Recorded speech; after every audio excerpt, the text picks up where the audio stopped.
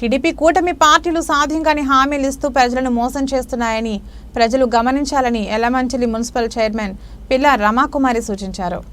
GVMC 58వ ward corporator గులివిందల Lavanya ఆధ్వర్యంలో విశాఖ పశ్చిమ నియోజకవర్గం వైసీపీ ఎమ్మెల్యే అభ్యర్థి ఆడారి ఆనంద్ కుమార్ సోదరి రమాకుమారి ఎన్నికల ప్రచారం నిర్వహించారు.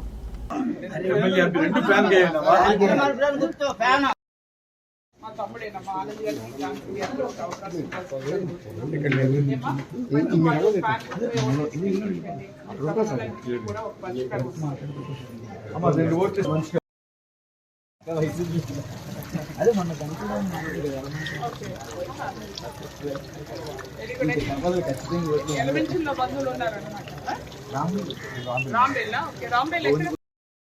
విన్నారా? ఆనంద్ పేరు విన్నారా? ఒక అవకాశం ఆనంద్ గారికి ఝాన్సీ గారికి ఇవ్వాల్సిందిగా కోరుతున్నాను.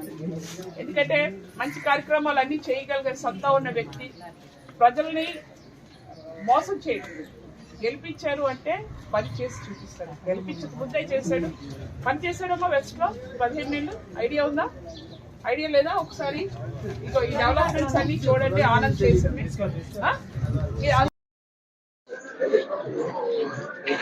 ఈరోజు మరి ఈ ఇండస్ట్రియల్ ఏరియాలో 58వ వార్డులో మేము పర్యటిస్తున్నాం అండి. Booth number 102 and 105. Last time almost మంచి మెజార్టీతో టీడీపీని ఇక్కడ గెలిపించడం జరిగింది. కానీ వాళ్ళ దురదృష్టం ఏంటంటే ఈ 5 సంవత్సరాల్లో కూడా మరి ఎవరు కూడా ఇక్కడ సరైన రెస్పాన్స్ లేదు. ఎమ్మెల్యే గారు కూడా ఎటువంటి పర్యటన చేయలేదు. వాళ్ళ బాధలు కూడా ఇప్పటికొచ్చి వినలేదు. సో చాలా సమస్యలు అన్నవి ఈ వార్డులో కనిపిస్తున్నాయి. సో వాళ్ళందరూ కూడా మరి ఒకే మాట మీద ఈరోజు ఉన్నారు. వైఎస్ఆర్సీపీకి ఒక అవకాశం ఇద్దాం, ఆనంద్ గారికి ఒక అవకాశం ఇద్దాం. ఎందుకంటే ఆయన ఎన్నో మంచి పనులు చేస్తున్నారు, డెవలప్మెంట్ వైజ్ కానీ, అలాగే సంక్షేమ పథకాలు కానీ. ఆయన స్వయంగా ఇంట్రెస్ట్ తీసుకొని ప్రజల్లోకి వస్తూ అందరినీ కలుస్తూ పెద్ద మీటింగ్స్ పెడుతూ అందరితో మాట్లాడుతూ ముందుకెళ్తున్నారు. ఇలాంటిది ఎప్పుడు కూడా మాకు జరగలేదండి. ఎలక్షన్ టైంలో కూడా ఏదో అభిమానంతోనే ఓటు వేయడమే కానీ ఎవరు మమ్మల్ని వచ్చి ఓటు అడగలేదు ఎన్నాళ్ళలోనూ. మొట్టమొదటిసారి మరి ఈరోజు మీరందరూ కూడా వచ్చి ప్రతి ఇంటికి వచ్చి ఓటు అడుగుతున్నారు వైఎస్ఆర్సీపీ పార్టీ తరఫున.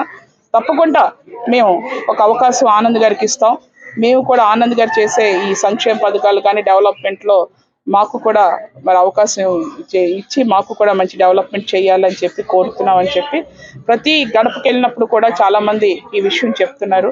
ఇక్కడ మేజర్ సమస్యలు ఉన్నాయండి. ఈ సమస్యలన్నీ కూడా ఏంటంటే ఇక్కడంతా కూడా కొండ ప్రాంతం అవడం వల్ల ఎక్కువగా గెడ్లు వస్తూ ఉంటాయి.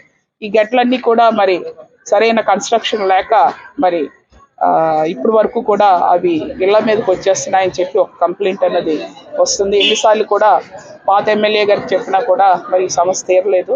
సో ఆల్రెడీ చాలా చోట్ల మరి ఆనంద్ గారు, జగన్మోహన్ రెడ్డి గారు సహకారంతో, సీఎం గారి సహకారంతో మరి చాలా మట్టుకి రిటర్నింగ్ వాల్స్ కానీ, గడ్డకి రిటర్నింగ్ వాల్స్ కానీ కట్టడం జరిగింది.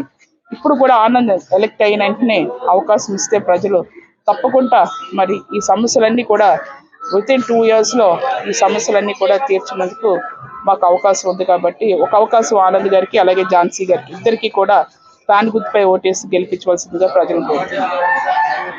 జై ఆడారి ఆనంద్ అన్న.